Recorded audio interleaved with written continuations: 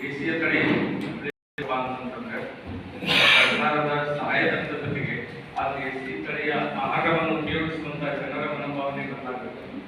ಈಗ ಒಂದು ಜವಾರಿ ಆಕಳ 2 ಲೀಟರ್ ಇರ್ತಾರೆ, ಆ ಜವಾರಿ ಆಕಳ ಹಾಲು 30 ರೂಪಾಯಿ 40 ರೂಪಾಯಿ ಲೀಟರ್ ಆಗಿ ಈಗ ಎಚ್ಚಪ್ಪ ಆಕಳ 10 ಲೀಟರ್ ಇರ್ತಾರೆ, ಆ ಆಕಳ ಹಾಲನ್ನು 30-35 ರೂಪಾಯಿ ಲೀಟರ್ ಕೊಡ್ತಾರೆ. ಹಿಂಗಾಗಿ ಜವಾರಿ ಆಕಳ ಮೇಯಿಸೋ ಭಕ್ಷಣೆ ಆಗ್ತಾರೆ. ಜನರ ಮನೋಭಾವನೆ ಏನಿರ್ತಂದ್ರೆ ಬೇರೆ ಶ್ರೀಮಂತ ಹೋಗ್ಬಟ್ಟ ನಮಗೆ ತಡ್ಕೊಳ್ಳುವಂತ ಶಕ್ತಿ ಇಲ್ಲ. ಒಂದು ಅಭಿವೃದ್ಧಿ ಅಥವಾ ಬೆಳವಣಿಗೆ ಆಗಬೇಕಂದ್ರೆ ನಿಧಾನವಾಗಿ ಯಾವ ರೈತನ ಪರ್ಮನೆಂಟ್ ಆಗಿ ಶ್ರೀಮಂತ ಇಲ್ಲ. ನಾನು ಇವತ್ತ ಎಲ್ಲ ಶ್ರೀಮಂತ ಆಗಬೇಕು ಅಂತ ಮನೋಭಾವನೆ ಇದ್ದವ್ರು ಏನಾಗಲ್ಲ, ಅದು ಕೃಷಿ ಒಳಗೆ ಸಕ್ಸಸ್ ಆಗಲ್ಲ. ಇಂಥ ಮನೋಭಾವನೆಯಿಂದ ನಾವು ಈ ನವಣಿ ಇವೆಲ್ಲ ಜವಾರಿ ತಳಿ ಇರ್ತವಲ್ಲ ಇವುಗಳನ್ನ ತಿನ್ನುವಂತ ಮನೋಭಾವನೆ ಹೆಚ್ಚು ರೇಟ್ ಕೊಟ್ಟು ತಗೊಳ್ಳುವಂತ ಮನೋಭಾವನೆ ಎಲ್ಲರಿಗೂ ಜನಜಾಗೃತಿ ಮೂಡಿಸಬೇಕು. ಅಂದಾಗ ಕೃಷಿ ಈ ದೇಶೀಯ ತಳಿಗಳು ಬೆಳೀತವೆ. ಈಗ ಲಕ್ಷ್ಯ ಮಾಡ್ಕೊಂಡು ಯಾರು ಬೆಳೀತಾರೆ, ಈ ನವಣಿಗೆ ಯಾರು 30 ರೂಪಾಯಿ 40 ರೂಪಾಯಿ ಕೇಳಲ್ಲ, ಅದ ಅಕ್ಕಿ 90 ರೂಪಾಯಿ 50 ರೂಪಾಯಿ ಹೈ ಕ್ವಾಲಿಟಿ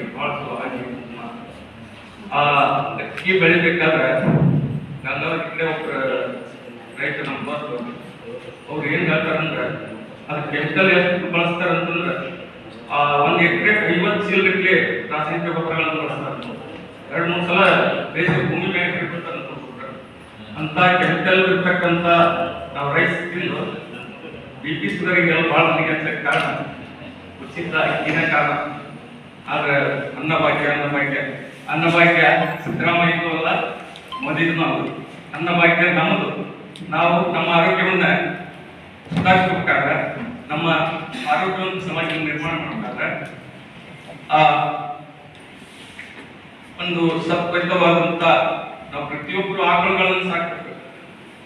ಯಾವ ರೈತ ಆಕಳು ಎಮ್ಮೆ ಎತ್ತು ಆಡು ಕುರಿ ಕೋಳಿ ಸಾಕಾಗಲ್ಲ, ಅವರು ರೈತರಾಗಿ ಸಕ್ಸಸ್ ಆಗಕ್ಕೆ ಸಾಧ್ಯ ಇಲ್ಲ.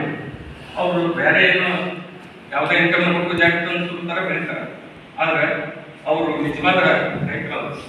ಎಲ್ಲ ಪ್ರತಿಯೊಬ್ಬ ರೈತರು ಗೋ ಆಧಾರಿತ ಕೃಷಿಯನ್ನೇ ಮಾಡಬೇಕು, ಆ ಪ್ರಾಣಿಗಳನ್ನ ಸಾಕಬೇಕು. ಅಂದಾಗ ನಾವು ಹೆಚ್ಚು ಅಭಿವೃದ್ಧಿಯನ್ನ ಹೊಂದಕ್ಕೆ ಸಾಧ್ಯ.